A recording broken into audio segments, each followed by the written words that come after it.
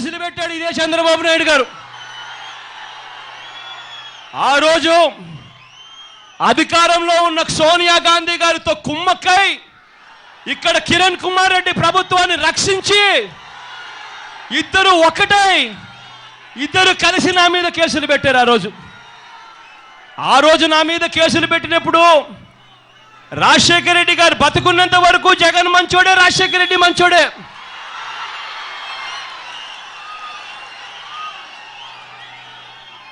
ఎప్పుడైతే జగన్ కాంగ్రెస్ పార్టీ విడిచిపెట్టిపోయాడో అప్పుడు రాజశేఖర రెడ్డి గారు మంచోడు కాకుండా పోయాడు, జగన్ చెడ్డోడు అయిపోయాడు. ఆ రకంగా రాజకీయంగా నన్ను ఎదుర్కోలేక అనగదొక్కేందుకు ఆ రోజు సోనియా గాంధీ గారితో చీకటిలో చిదంబరాన్ని కలిసి నా మీద కేసులు పెట్టాడు ఇదే చంద్రబాబు నాయుడు గారు.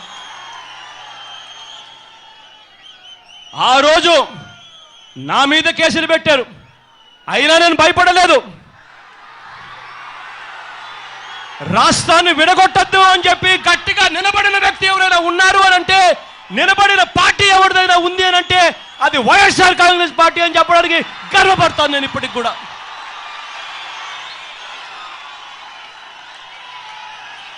భయపడలేదు ఆ రోజు.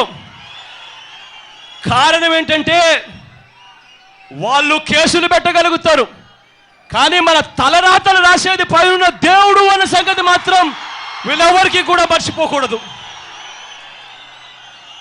కానీ చంద్రబాబు నాయుడు గారు పైనున్న దేవుని నమ్ముకోవడం లేదు, అధికారంలో ఉన్న ప్రధానమంత్రి కాళ్ళు పట్టుకోవడమే మేలు అని చెప్పి చంద్రబాబు నాయుడు గారు ఇవాళ ప్రత్యేక హోదాను తాకట్టు పెట్టాడు. నిజంగా ప్రత్యేక హోదా ఇవ్వకపోగా ప్రత్యేక హోదా మీద ఎన్నెన్ని అబద్ధాలు చెప్తా ఉన్నారు అని అంటే ఒక్కొక్కసారి నాకు ఆశ్చర్యం అనిపిస్తుంది.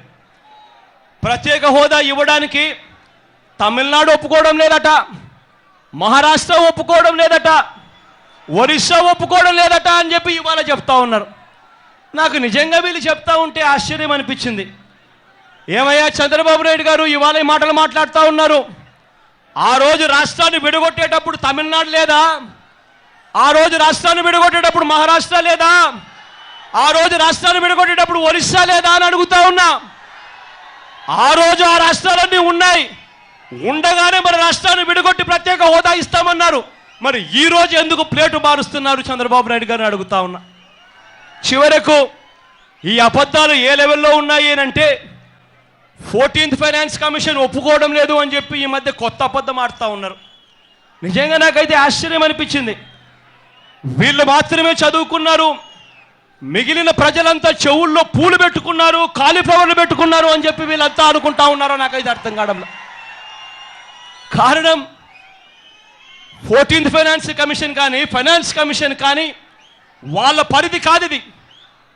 ప్రత్యేక హోదా ఇవ్వాలనా లేదా అన్న అంశం ఫైనాన్స్ కమిషన్ చేతుల్లో పరిధి కాదది. ఫైనాన్స్ కమిషన్ చేసే పని ఏమిటి అని అంటే, దేశం మొత్తం మీద ఏదైతే కేంద్ర ప్రభుత్వం ట్యాక్సుల ద్వారా డబ్బులు కలెక్ట్ చేస్తుందో, ఇన్కమ్ ట్యాక్స్ అయితేనేమి, కస్టమ్స్ ట్యాక్స్ అయితేనేమి, సెంట్రల్ ఎక్సైజ్ ట్యాక్సులు అయితేనేమి, ఈ డబ్బులు ఏదైతే కలెక్ట్ చేస్తుందో ఆ డబ్బులు రాష్ట్రాల మధ్య ఎలా పంచాలి అన్న ఫార్ములాను ప్రకారం దాన్ని ఎలా పంచాలి అన్నది ఫైనాన్స్ కమిషన్ చేస్తుంది. ఫైనాన్స్ కమిషన్ ఆ పని కాక నాన్ ప్లాన్ గ్రాంట్స్, లోన్స్ విషయంగా మాట్లాడుతుంది. కానీ ప్రత్యేక హోదా ఇవ్వాలా లేదా అన్న అంశం ఫైనాన్స్ కమిషన్ పరిధిలోది కాదు. ప్రత్యేక హోదా ఇవ్వాలా లేదా అన్న అంశం నేషనల్ డెవలప్మెంట్ కౌన్సిల్ పరిధిలోది, ప్లానింగ్ కమిషన్ పరిధిలోది, కేంద్ర కేబినెట్ పరిధిలోది, నీతి ఆయోగ్ పరిధిలోది. వీటి అన్నిటికీ కూడా చైర్మన్, అధ్యక్షుడు ఎవరో తెలుసా? అన్నిటికీ ప్రధానమంత్రి. మరి ప్రధానమంత్రి నీతి ఆయోగ్ అధ్యక్షుడు, ప్రధానమంత్రి ప్లానింగ్ కమిషన్ ఉన్నప్పుడు దానికి ఆయనే అధ్యక్షుడు, ప్రధానమంత్రి కేంద్ర కేబినెట్కు అధ్యక్షుడు. మరి అటువంటప్పుడు ఇదే ప్రధానమంత్రి నిర్ణయం తీసుకుంటే ఎందుకు ప్రత్యేక హోదా రాదు అని చెప్పి నేను అడుగుతా ఉన్నా. నేను ఏమన్నా వేసుకొని వస్తున్నా, వేసుకోలేకుండా వస్తున్నాడా అంటే, ఇక్కడ మేము పురుగుల మందు తెచ్చి తాగి చచ్చిపోతున్నాం, 100 మంది వితంతువులు అవుతున్నారని మేం చెప్తుంటే మీరు అలివిదాని కోరిక కోరుతున్నారు, ఆ కోరిక తీరమని అన్నాడంటే ఎవడన్నా మనిషి అన్నోడు అట్లా మాట్లాడతాడా?